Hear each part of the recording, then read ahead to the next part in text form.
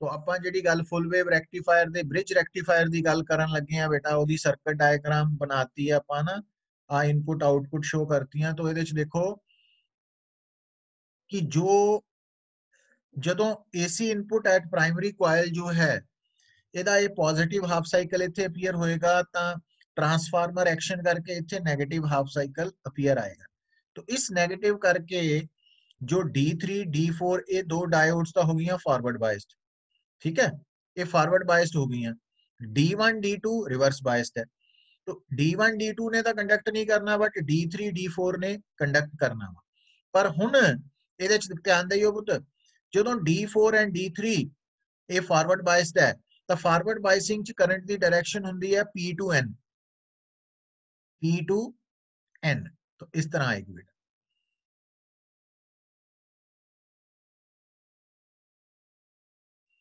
तो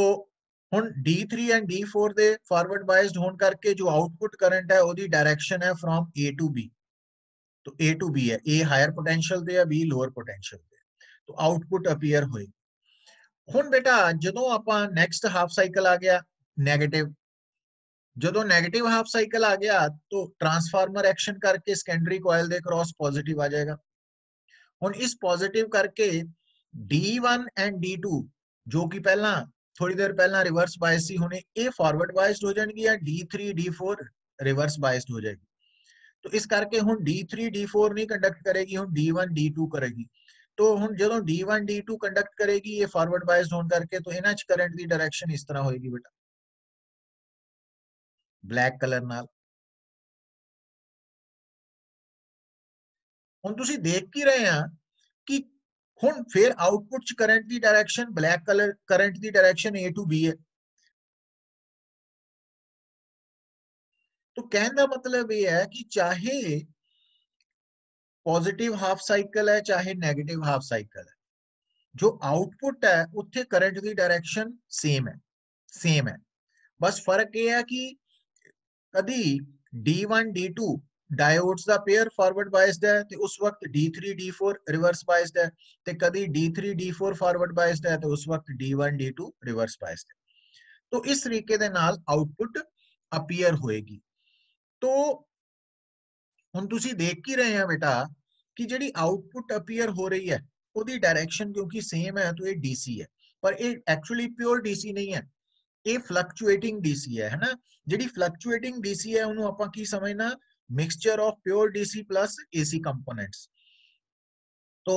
ਹੁਣ AC components ਨੂੰ ਫਰਦਰ ਰਿਮੂਵ ਕਰਨ ਦੇ ਲਈ ਅਸੀਂ ਫਿਲਟਰ ਸਰਕਟਸ ਯੂਜ਼ ਕਰਦੇ ਹਾਂ ਨਾ, ਪਰ ਉਹ ਕਿਉਂਕਿ ਸਾਡੇ ਸਿਲੇਬਸ ਦਾ ਪਾਰਟ ਨਹੀਂ ਹੈ। ਜਸਟ ਯਾਦ ਹੀ ਰੱਖਣਾ ਕਿ ਜਿਹੜਾ फुल वेव रेक्टिफायर है ਇਹਦੀ आउटपुट प्योर डीसी नहीं है, फ्लक्चुएटिंग डीसी है। तो ਉਹਦੇ ਚ ਉਹਨੂੰ प्योर डीसी ਚ ਕਨਵਰਟ ਕਰਨ ਲਈ ਫਰਦਰ ਫਿਲਟਰ ਸਰਕਟਸ ਦੀ ਲੋੜ ਪੈਂਦੀ ਹੈ। ਨਾਓ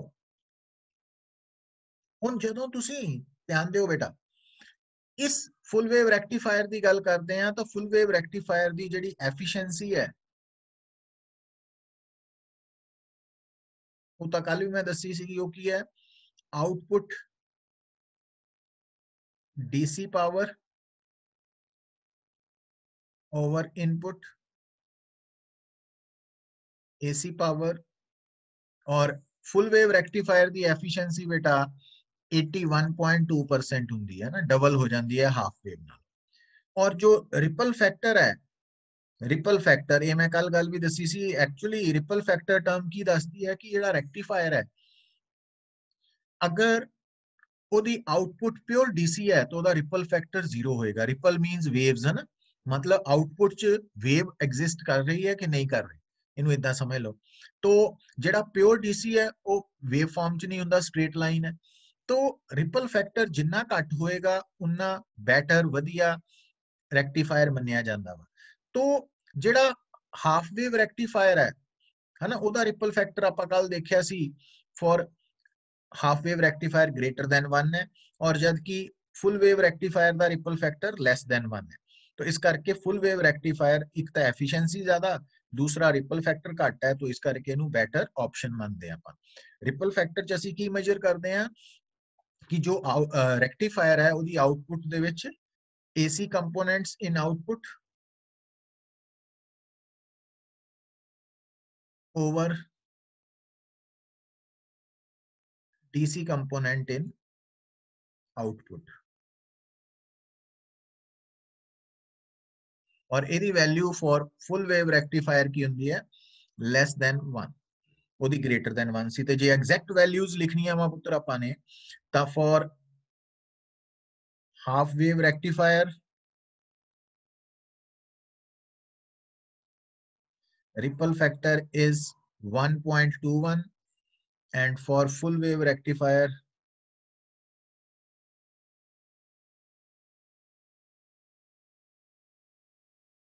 0.48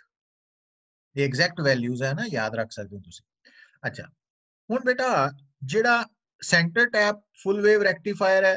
ਇਹਦੇ ਵਿੱਚ 4 ਦੀ ਜਗ੍ਹਾ 2 ਡਾਇਓਡਸ ਯੂਜ਼ ਹੁੰਦੀਆਂ ਵਾ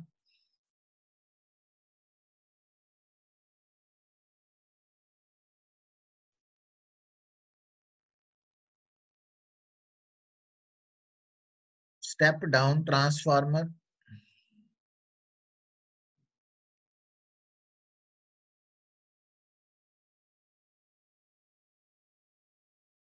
ਹੁਣ ਇਹਦੇ ਵਿੱਚ 2 ਡਾਇਓਡਸ ਯੂਜ਼ ਹੁੰਦੀਆਂ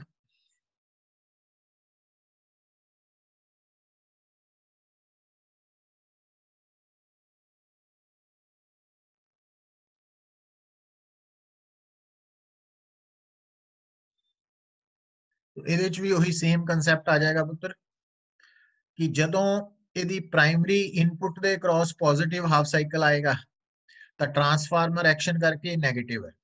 ਹੁਣ ਇਸ ਨੈਗੇਟਿਵ ਕਰਕੇ D1 ਆ ਵਾਲੀ डायोड फॉरवर्ड बायस्ड है और आ डायोड रिवर्स बायस्ड होगी है ना सॉरी आ वाली diode sorry D1 diode reverse biased होगी क्योंकि ये नेगेटिव नाल है और D2 डायोड फॉरवर्ड बायस्ड हो गई ਜਦੋਂ D2 डायोड फॉरवर्ड बायस्ड होगी तो ਇਹਦਾ मतलब इस वक्त ਜਦੋਂ ਇਨਪੁਟ ਆਫ ਪ੍ਰਾਇਮਰੀ ਕੋਇਲ ਦੇ ਉੱਪਰ ਪੋਜ਼ਿਟਿਵ ਹਾਫ ਸਾਈਕਲ ਅਪੀਅਰ ਹੋ ਰਿਹਾ ਤਾਂ ट्रांसफार्मर एक्शन करके सेकेंडरी कॉइल ਦੇ क्रॉस नेगेटिव हाफ साइकिल आएगा इस नेगेटिव हाफ साइकिल करके D1 डायोड रिवर्स बायस्ड है D2 डायोड फॉरवर्ड बायस्ड है तो ये कंडक्ट करेगी और आउटपुट करंट आएगा और करंट की डायरेक्शन B2A होएगी है ना और ਜਦੋਂ बेटा during negative half cycle at the input तो negative half cycle at primary coil ते जो सेकेंडरी कॉइल ते उत्थे पॉजिटिव हो जाएगा ट्रांसफार्मर एक्शन करके और पॉजिटिव होने करके की होएगा बेटा D1 फॉरवर्ड बायस हो गई D2 रिवर्स हो गई हुन D1 कंडक्ट करेगी D2 नहीं करेगी पर तुसी नोट करो चाहे D2 कंडक्ट कर रही है D1 नहीं कर रही चाहे D1 कर रही है D2 नहीं कर रही जो आउटपुट करंट है उसकी डायरेक्शन B2A है सेम डायरेक्शन है तो ਇਹਦਾ मतलब ਜਿਹੜੀ ਆਊਟਪੁੱਟ ਹੈ ਉਹ DC ਹੋਏਗੀ ਕਿਉਂਕਿ ਉਹ ਚ ਕਰੰਟ ਦੀ ਡਾਇਰੈਕਸ਼ਨ ਦੋਨੋਂ ਹਾਫ ਸਾਈਕਲਸ ਲਈ ਸੇਮ ਆ ਰਹੀ ਹੈ तो centre tap full wave rectifier bridge rectifier इन्हां दोनों की एफिशिएंसी सेम है रिपल फैक्टर सेम है ना तो आउटपुट भी सेम है पुत्र बस ये है कि ब्रिज रेक्टिफायर दे विच असीं